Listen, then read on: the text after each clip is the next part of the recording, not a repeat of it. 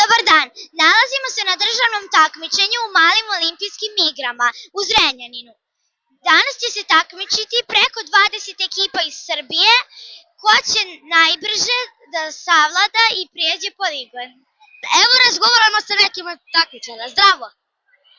Zdravo. Zdravo. Iz koje škole dolazite? Dragiša Mihajlović. Odakle ste? Iz Kragujevca. Šta očekujete od ovog takmičenja? Da ćemo da pobedimo i ako ne pobedimo imat ćemo i drugu šansu sledeće godine. A jer ćete posle takmičenja nešto još da radite? Da, prošetat ćemo po Zrenjaninu, ići ćemo u park i ješćemo ladoled, verovatno. Sa nama je nastavnica koja je dovela svoju ekipu na takmičenje. Recite nam kako se zovete i odakle dolazite?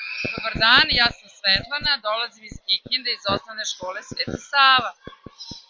Da li ste ponosni onim što ste uradili? Naravno, moji đaci i ja osvojili smo danas 2 druga mesta u konkurenciji 3. razreda za devojčice i dečake u poligonima spretnosti. A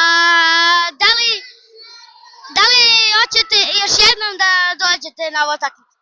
Naravno, ovo takmičenje mi dolazimo redovno zato što želimo da se đaci takmiče i zato što želimo da oni vežbaju. Ovi mali poligoni i male olimpijske igre su najbolje mesto na kojem deca stiču veštinu da svojim telom pređu za što kraće vreme poligon, a i da budu precizni.